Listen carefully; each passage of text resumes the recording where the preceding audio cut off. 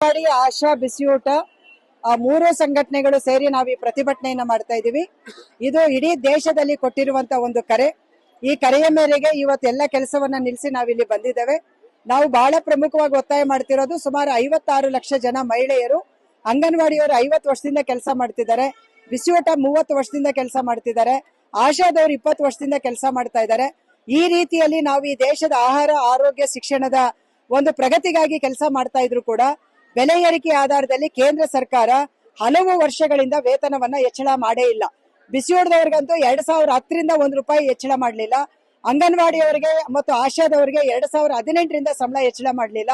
ಸಂಬಳ ಹೆಚ್ಚಳ ಮಾಡಬೇಕು, ಬಜೆಟ್ ಅಲ್ಲಿ ಹೆಚ್ಚಿನ ಬಜೆಟ್ ಅನ್ನ ಈ ಯೋಜನೆಗಳಿಗೆ ಕೊಡಬೇಕು ಮತ್ತು ಈ ಯೋಜನೆಗಳನ್ನ ಕಾಯಂ ಮಾಡಬೇಕು. ಕಾಯಂ ಮಾಡ್ಲಿಕ್ಕೆ ಬೇಕಾಗಿರುವಂತ ಪ್ರತ್ಯೇಕವಾದಂತ ಒಂದು ವೇತನ ಆಯೋಗವನ್ನ ರಚನೆ ಮಾಡಬೇಕು ಅಂತ ಹೇಳಿ ನಾವು ಒತ್ತಾಯ ಮಾಡ್ತಾ ಇದೀವಿ. ಮೊನ್ನೆ ತಾನೇ ಕೇಂದ್ರ ಸರ್ಕಾರ 4 ಕಾರ್ಮಿಕ ಸಮಿತಿಗಳನ್ನ ತಂದಿದೆ. ಅದ್ರ ಒಳಗಡೆ ಅವರು ಭಾರಿ ದೊಡ್ಡ ಪ್ರಚಾರ ತಗೊಳ್ತಾ ಇದ್ದಾರೆ. ಏನಂದ್ರೆ ಎಲ್ರಿಗೂ ನಾವು ESI ಕೊಡ್ತೀವಿ, PF ಕೊಡ್ತೀವಿ ಅಂತ.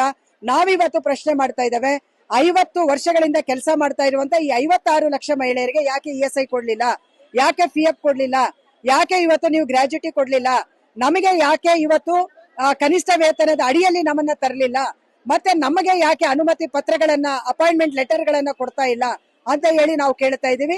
ಸೊ ಹಾಗಾಗಿ ಈ ಕಾರ್ಮಿಕ ಸಮಿತಿಗಳನ್ನ ಧಿಕ್ಕರಿಸಿ ವೇತನ ಆಯೋಗವನ್ನ ಪ್ರತ್ಯೇಕವಾಗಿ ಕೇಂದ್ರ ಸರ್ಕಾರ ರಚನೆ ಮಾಡಬೇಕು ಮತ್ತು ಈ ಯೋಜನೆಗಳಿಗೆ ಕಾಯಂ ಮಾಡ್ಲಿಕ್ಕೆ ಬೇಕಾದಂತ ಬಜೆಟ್ ಅನ್ನ ಒದಗಿಸಬೇಕು ಮತ್ತು ವೇತನವನ್ನ ಹೆಚ್ಚಳ ಮಾಡಬೇಕು ಅನ್ನುವಂತ ಬೇಡಿಕೆಗಳ ಆಧಾರದಲ್ಲಿ ನಾವು ಈ ಹೋರಾಟವನ್ನ ನಡೆಸ್ತಾ ಇದ್ದೀವಿ.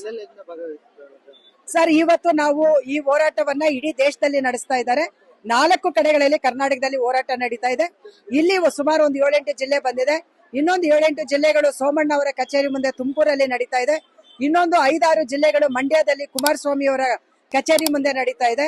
ಮತ್ತೆ ಹುಬ್ಳಿ ಧಾರವಾಡಲ್ಲಿ ಸುಮಾರು 8-9 ಜಿಲ್ಲೆಗಳು ಹುಬ್ಳಿ ಧಾರವಾಡಲ್ಲಿ ನಡೀತಾ ಇದೆ.